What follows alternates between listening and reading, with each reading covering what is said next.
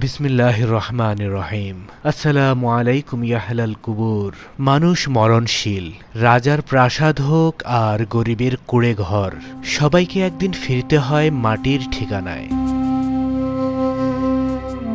কিন্তু আপনি কি জানেন, বাংলাদেশের এমন একটি জায়গা আছে যেখানে শেষ ঠিকানাটুকু পেতে খরচ করতে হয় কোটি কোটি টাকা। হ্যাঁ, আমরা কথা বলছি ঢাকার অভিজাত এলাকা বনানী কবরস্থান নিয়ে, যেখানে এক টুকরো মাটির দাম কোনো বিলাসবহুল ফ্ল্যাটের চেয়েও বেশি।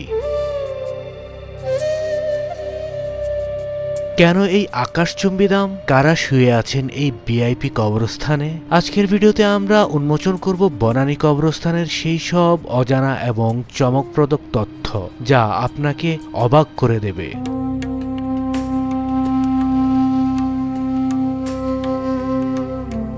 সাধারণত কবর দেওয়া মানেই তো মাটির গভীরে শেষ বিশ্রাম, কিন্তু বনানী কবরস্থানের চিত্রটা একদম আলাদা।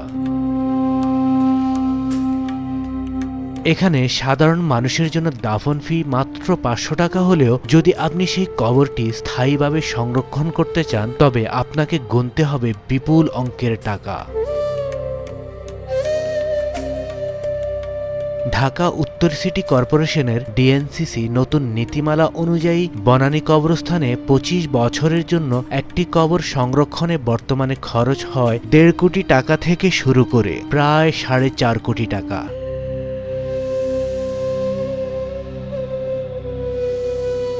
কেন এই বিশাল দাম? কর্তৃপক্ষ বলছে জায়গার তীব্র সংকট।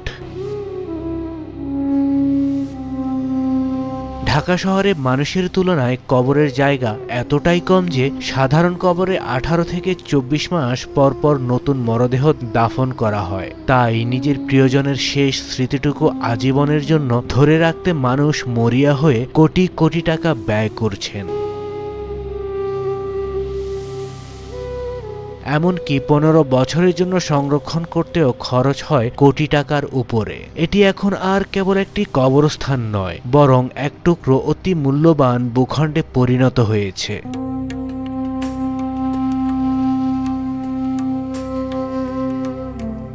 বনানী কবরস্থান কেবল টাকার জন্যই পরিচিত নয়, বাংলাদেশের ইতিহাসের এক নীরব সাক্ষী।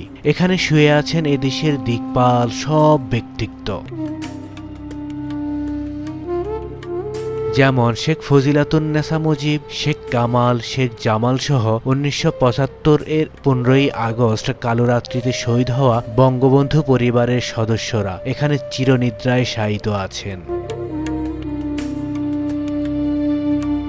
এছাড়াও এখানে শায়িত আছেন সাবেক রাষ্ট্রপতি জিল্লুর রহমান এবং আইভি রহমান,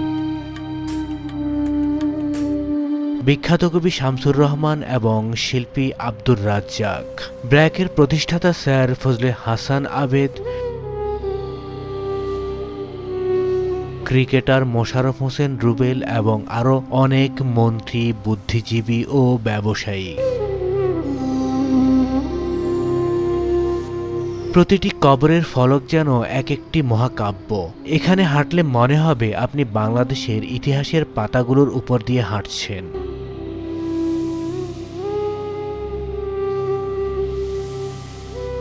বনানী কবরস্থানের ঠিক পাশেই রয়েছে সামরিক কবরস্থান। 2009 সালের পিলখানা ট্র্যাজেডিতে শহীদ হওয়া 57 জন মেধাবী সেনা কর্মকর্তার স্মৃতি এখানে সংরক্ষিত। প্রতি বছর 25শে ফেব্রুয়ারি এখানে রাষ্ট্রীয় মর্যাদায় শ্রদ্ধা জানানো হয়। এই অংশটি আমাদের জাতীয় বীরদের আত্মত্যাগের এক অনন্য স্মারক। যুগের সাথে তাল মিলিয়ে বনানী কবরস্থানও এখন ডিজিটাল। ডিএনসিসি প্রবর্তন করেছেন গ্র্যাভিয়ার্ড ম্যানেজমেন্ট অ্যাপ, যার মাধ্যমে ঘরে বসেই কবরের অবস্থান খুঁজে পাওয়া এবং দাফন সংক্রান্ত তথ্য জানা সম্ভব। 10 একরের এই বিশাল জায়গায় 22,000-এর বেশি কবর রয়েছে, যার ব্যবস্থাপনা এখন হাতের মুঠোয়।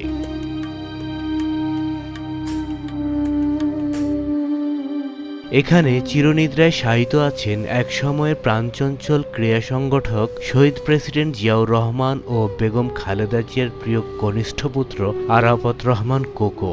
বনানীর এই নিবৃত কোণে স্নিগ্ধ প্রশান্তিতে ঘুমিয়ে আছেন তিনি। সব কোলাহলের ঊর্ধ্বে চিরস্থায়ী এক শান্তির নীড় যেন এই সমাধি। এখানের এই শান্ত চত্বরেই চিরনিদ্রায় আরও শায়িত আছেন আমাদের প্রিয় তারকারা। রূপালী পর্দার নায়ক রাজ রাজ্জাক থেকে শুরু করে মিষ্টি মেয়ে কবরী কিংবা কণ্ঠের জাদুকর শাহনাজ রহমতুল্লাহ, সবাই আজ এই কোলাহলের ঊর্ধ্বে। সময়ের বিবর্তনে তারা চলে গেলেও তাদের স্মৃতি আজও অম্লান এই নিভৃত সমাধিতে।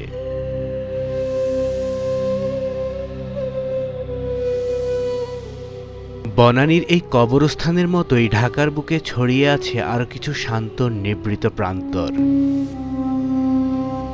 ঐতিহ্যের সাক্ষী হয়ে দাঁড়িয়ে থাকা আজিমপুর কবরস্থান থেকে শুরু করে রায়ের বাজারের বিশাল প্রান্তর কিংবা মিরপুরের শহীদ বুদ্ধিজীবী সমাধি, প্রতিটি জায়গায় যেন ইতিহাসের এক একটি পাতা। উত্তরার 4, 12 ও 14 নম্বর সেক্টরের কবরস্থানগুলো আজও অনেক প্রিয়জনের শেষ আশ্রয়স্থল। যান্ত্রিক এই নগরে এই সমাধিগুলোই যেন আমাদের মনে করিয়ে দেয় জীবনের নশ্বরতার কথা।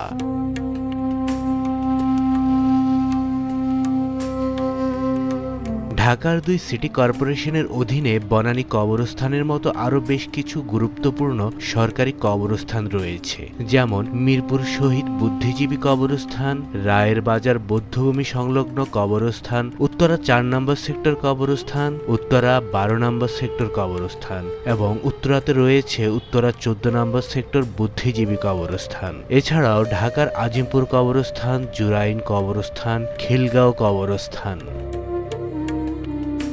রয়েছে। ঢাকা বিশ্ববিদ্যালয় কেন্দ্রীয় মসজিদের পাশেই জাতীয় কবি কাজী নজরুল ইসলামের কবরস্থান এবং রয়েছে 3 নেতার মাজার, যা শাহবাগের সোহরাওয়ার্দী উদ্যানের পাশেই অবস্থিত। যান্ত্রিক জীবনের ব্যস্ততায় আমরা প্রায় ভুলেই যাই আমাদের আসল জীবনের গন্তব্য কোথায়। ইটের দেয়াল আর কাঁচের নগরে আমরা যখন ভীষণ ব্যস্ত, তখন বনানী বা আজিমপুরের এই নিস্তব্ধ সারিগুলোই আমাদের আসল গন্তব্য। আমাদের পরবর্তী ঠিকানা যেহেতু হবে এই 3.5 হাত মাটির ঘর, তাই মাঝে মাঝে ঘুরে আসুন এইসব নিভৃত প্রান্তর থেকে। এই সমাধিগুলো আমাদের মনে করিয়ে দেয় অহংকার আর প্রতিযোগিতা শেষে সবার শেষ গন্তব্য কিন্তু একই। আজ থেকেই ভাবুন আপনার পরবর্তী ভবিষ্যতের কথা।